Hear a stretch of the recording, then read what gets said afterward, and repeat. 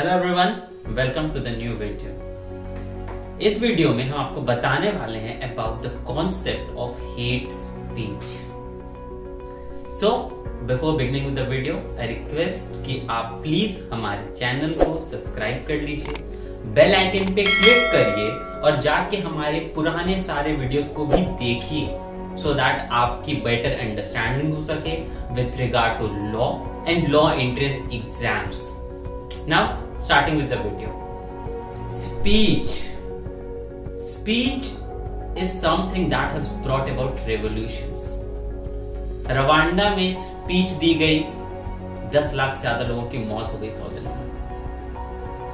Countries, India में speeches दी गई, पूरी ईस्ट इंडिया कंपनी को उठा के बाहर फेंक दिया गया। स्पीचेस ने बहुत कुछ बदला है इस दुनिया में, अच्छा भी हुआ है, बहुत कुछ बुरा भी हुआ है।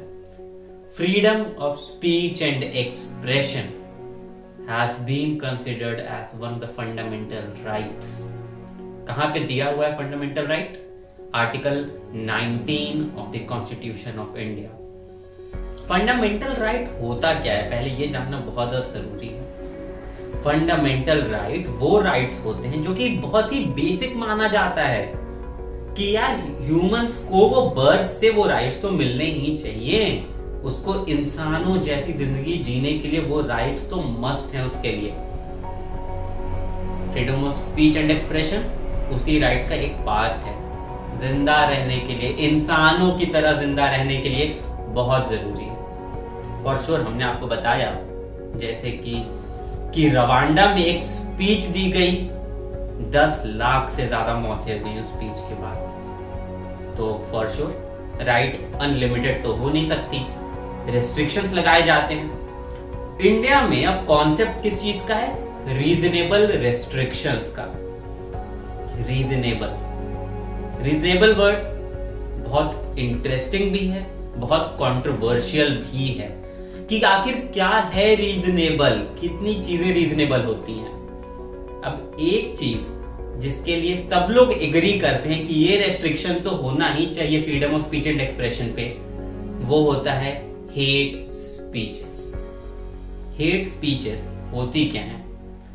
हेट स्पीचेस वो स्पीचेस होती हैं जिसके थ्रू कोई एक पर्टिकुलर पर्सन या फिर कोई एक सेट ऑफ पर्संस किसी भी तरीके से वायलेंस या फिर फीलिंग ऑफ एनिमिटी या फिर feeling to provoke violence induce करना चाहते हैं to a set of people against a particular person और अगेंस्ट अ गवर्नमेंट और अगेंस्ट अ पर्टिकुलर कंट्री और against a particular community, religion, sect और एथनिक ग्रुप, किसी के अगेंस्ट भी।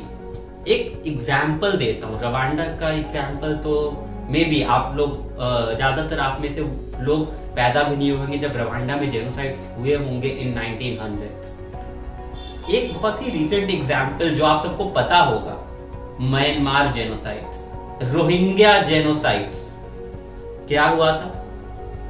फेसबुक पे पोस्ट डाली गई थी बाय वेरियस पीपल जहां पे रोहिंग्या कम्युनिटी के लोगों को अक्यूज किया गया था of doing some kind of violence और some kind of criminal activities, और लोगों को बोला गया कि ये लोग हमारे दुश्मन हैं, जाइए जाके इनको इस जगह पे इस पर्टिकुलर टाइम पे जाके मारिए। वो फेसबुक पोस्ट देख करके लोग गए और लोगों ने मास एक्सिक्यूशंस किए रोहिंग्यास के। एग्जाम्पल है एक हेट स्पीच का। हेट स्पीच कैसे? एक स्पीच दी गई, एक चीज बोली गई, जरूरी नहीं है वो वर्बल फॉर्म में ही हो, रिटन फॉर्म में आई है वहां पे, वो भी स्पीच में पार्ट कंसिडर किया जाएगा। कुछ पब्लिश किया गया है इस इरादे से कि एक फीलिंग ऑफ हेट्रेड जगाई जाए एक पर्टिकुलर कम्युनिटी के अगेंस्ट और वायलेंस को इन्वोक किया जा सके, इसलिए ये हेट स्पीच बन जाता है। अब कॉन्स्टिट्यूशन जो है, जो इंडियन कॉन्स्टिट्यूशन है, इस तरह के हेट स्पीचेस के केसेस में freedom of speech and expression आपका रिस्ट्रिक्ट करती है। अब ये रिस्ट्रिक्ट करेगा कौन? किसके पास पावर है? कौन डिसाइड करेगा कि कौन सी चीजें रिस्ट्रिक्ट होनी, कौन सी नहीं होनी है? प्राइमरी लेवल पे ये काम गवर्नमेंट को करना है, अथॉरिटीज को करना है। वो देखेंगी कि कौन सी ऐसी चीज है जो कि हेट स्पीच बन जा रही है या फिर बन सकती है और इसे हमें रोकने की जरूरत है। एंड देन फिर फॉर श्योर उन गवर्नमेंट का जो भी डिसीजन होता है उसके अगेंस्ट में कोर्ट में अपील्स फाइल की जाती हैं और कोर्ट फाइनली डिसाइड करती है कि हाँ, ये पर्टिकुलर रिस्ट्रिक्शन जो गवर्नमेंट ने लगाया है वो रीजनेबल है या नहीं है। अब I won't go into the details as to the present situations in the country.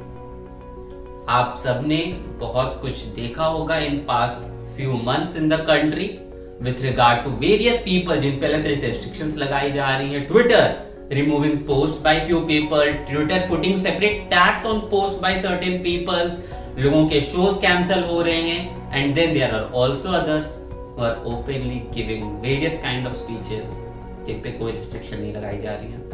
It is up to you, आप डिसाइड करिए आपके अकॉर्डिंग क्या जो रिस्ट्रिक्शंस लगाई गई जिन लोगों पे वो रीजनेबल थी या नहीं, और क्या जिन लोगों पे रिस्ट्रिक्शन नहीं लगाई गई उन पे रिस्ट्रिक्शन लगाई जानी चाहिए थी या नहीं। I hope you like the video, आपको हेट स्पीच का कॉन्सेप्ट समझ में आया हो। Do comment and tell your views कि आपके क्या व्यूज हैं on all the current situations going on in the country. For more such videos, please like this video, channel को सब्सक्राइब करिए, बेल आइकन पे क्लिक करिए so that हम आपके लिए और नए इस तरह के वीडियोस लाते रहें। Thank you so much. See you in the next video.